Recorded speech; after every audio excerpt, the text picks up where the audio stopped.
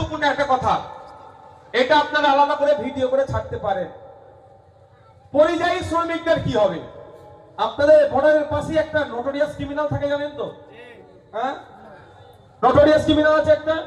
তার একটা বক্তব্য আমি শুনলাম, এই ভিডিওটা আলাদা করে কাটিং করতে পারো, তোমরা করে ছাড়তে পারো।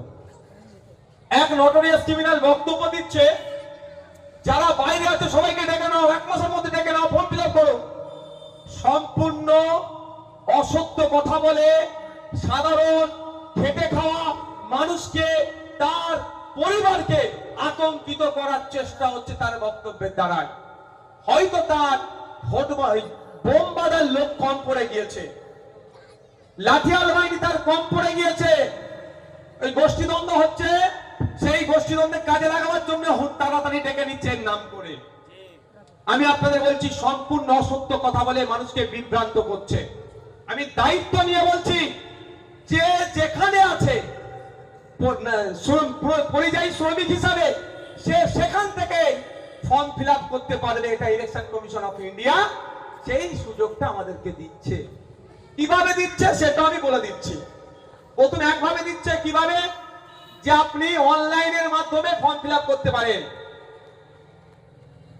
ইসিআই নেট নামে একটা অ্যাপ দিয়েছে, ওই অ্যাপের মাধ্যমে আপনি আছেন কোথায়? ব্যাঙ্গালোরে, আছেন কোথায়? দিল্লিতে, আছেন কোথায়? মুর্শিদাবাদে, আছেন কোথায়? সরি, মুর্শিদাবাদ রাজ্যের বাইরে।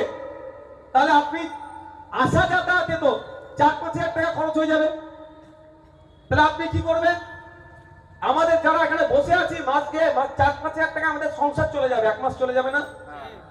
তাহলে 4-5 হাজার টাকা ইনকাম করার জন্য সে গিয়েছে, তার আসার দরকার আছে? দরকার নেই।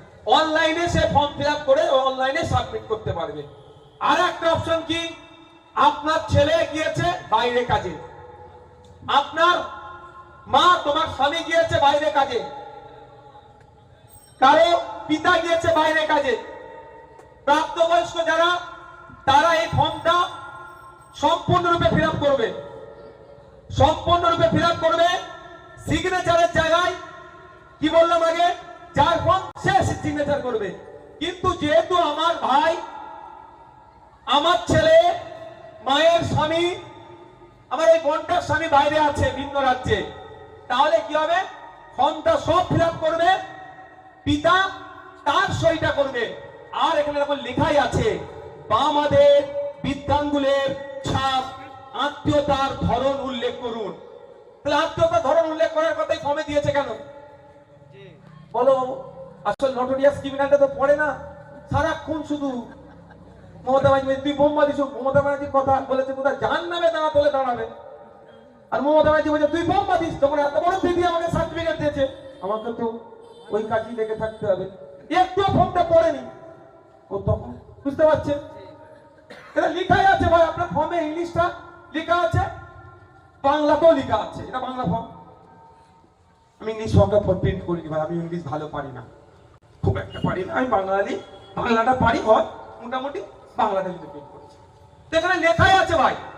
তাহলে কি হবে? আপনার স্বামী, মা, আপনার স্বামী বাইরে কাজে গিয়েছে, পরিযায়ী শ্রমিক, তাহলে আপনি ফর্মটা ফিল আপ করুন, বা আমাদের কাউকে দিয়ে ফর্মটা ফিল আপ করা, সিগনেচারটা আপনি করুন, সিগনেচারটা আপনি করুন, করে ব্র্যাকেটে আপনার নাম দিয়ে সিগনেচার করুন। আমি যদি বলি একটু বোঝানোর জন্য, আর সহজ করে বলছি, আমার ভাইজানের নাম কি? তোমার দাদার ভাইয়ের নাম কি? জোরে বলো একটু। মোর্শেদ মোল্লা বাইরে কাজ করছে, আপনার নাম কি? কুতুবুদ্দিন মোল্লা সই করছে, তাহলে কি লিখবে? কুতুবুদ্দিন মোল্লা নিজের নাম লিখে সই করবে, আর ব্র্যাকেটে ছোট ভাই বা ভাই এইটুকু লিখে দেবে। কিন্তু যখন জমা দেবে কাগজে স্ট্যাম্প আর সই অফিসারের দেখে নেবে, আপনার কাজ মিটে গেল। মানে ওইটা যে 5 হাজার টাকা খরচ করে আসার গল্প শোনাচ্ছে, ওটা করতে হবে না। নোটোরিয়াসের পাল্লায় বলে দিন দুনিয়া দুটোই যাবে।